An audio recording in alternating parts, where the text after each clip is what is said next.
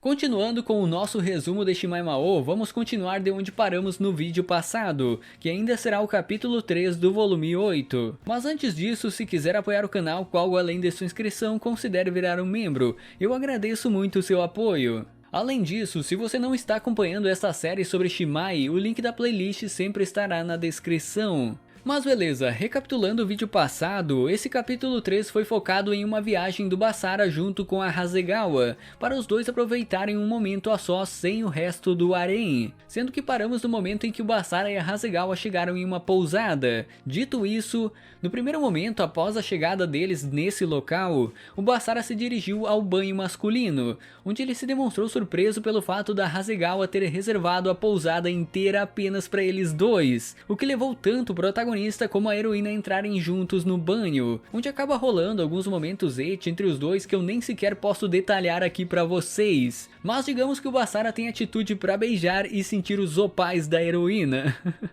Eu não tenho o que reclamar desse protagonista realmente, pelo menos no romance não.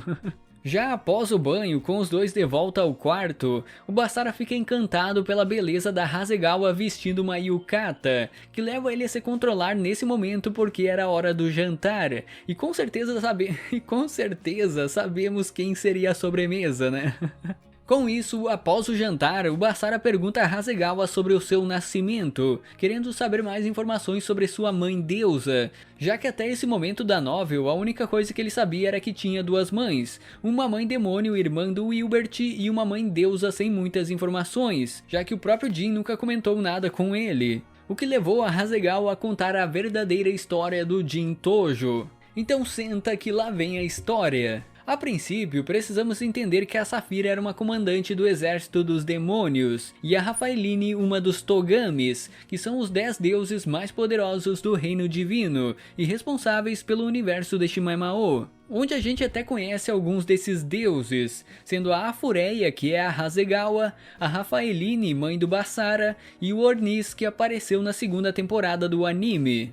A questão aqui é que a Hasegawa explica que durante a Grande Guerra, o Jin e a Safira frequentemente se enfrentavam no campo de batalha, sendo que eles eram inimigos poderosos com ambos temidos e respeitados em suas respectivas facções. No entanto, em um momento crítico dessa batalha entre os dois, a Rafaeline, que é prima da Hasegawa e uma dos 10 deuses, interferiu na luta para impedir que a destruição continuasse. Basicamente, ela era uma deusa que havia sido despachada do reino divino para vigiar a grande guerra entre o clã dos heróis e a raça dos demônios, sendo mencionado também que a Rafaeline havia se tornado uma dos 10 deuses antes da Hasegawa, onde podemos deduzir que ela teria mais experiência para resolver esse conflito. E embora ela fosse aliada dos heróis, a Rafaeline também valorizava a paz e apoiava a trégua que o rei demônio Wilbert pretendia estabelecer. No entanto, com a tensão crescente do combate, tornou-se impossível convencer tanto o Jin como a Safira,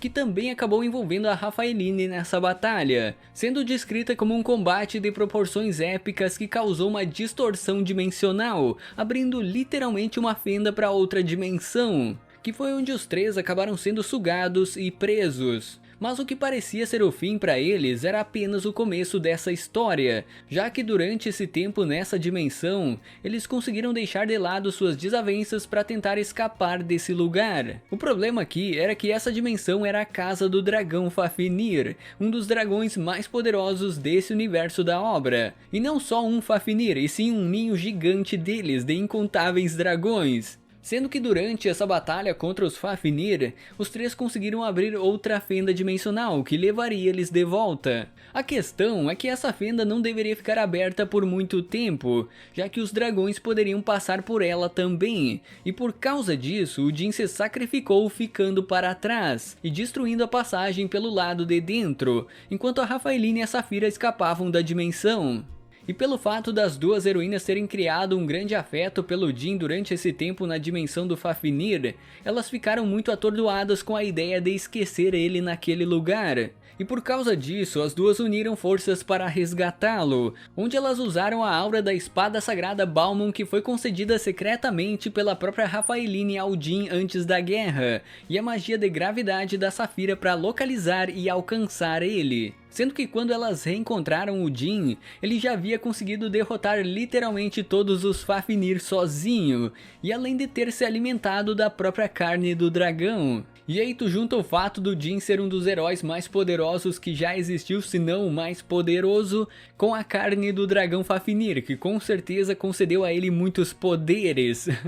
Que foi algo que impressionou profundamente as duas, e de volta ao mundo exterior, uma conexão especial acabou nascendo entre eles. E desse laço em comum entre uma deusa, uma demônio e um herói humano, formaram um vínculo que levou ao nascimento do Basara. Ou sendo mais direto, o Jin mandou ver com as duas, então o Basara tem a quem puxar nesse negócio de ter atitude e formar um harém, né?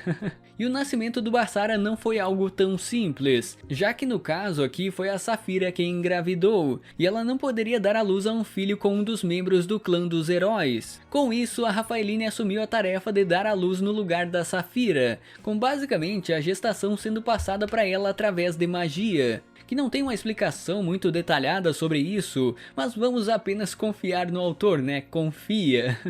E a Raphaeline aceitou isso porque aparentemente ela poderia dar à luz no reino divino, longe dos problemas entre o clã dos heróis e os demônios. No entanto, a Raphaeline mentiu para os dois, e por causa dela ter dado à luz a um filho, a deusa foi sentenciada ao selamento, e além disso teve suas memórias apagadas. Sendo que a Hasegawa até comenta que além dela mesma, outros dois deuses foram contra essa punição, mas não havia nada que pudessem fazer naquele momento. E sabendo que tudo isso iria acontecer, a Raphaeline entregou Basara à própria Hasegawa, pedindo que o levasse até o Jin junto com suas últimas palavras. Com a deusa querendo que o Jin valorizasse sua vida junto com seu filho, em um mundo onde os humanos e os demônios pudessem conviver juntos sem mais problemas. E obviamente não querendo que ele fosse ao reino divino para resgatá-la, já que eles poderiam perder o Basara nesse processo.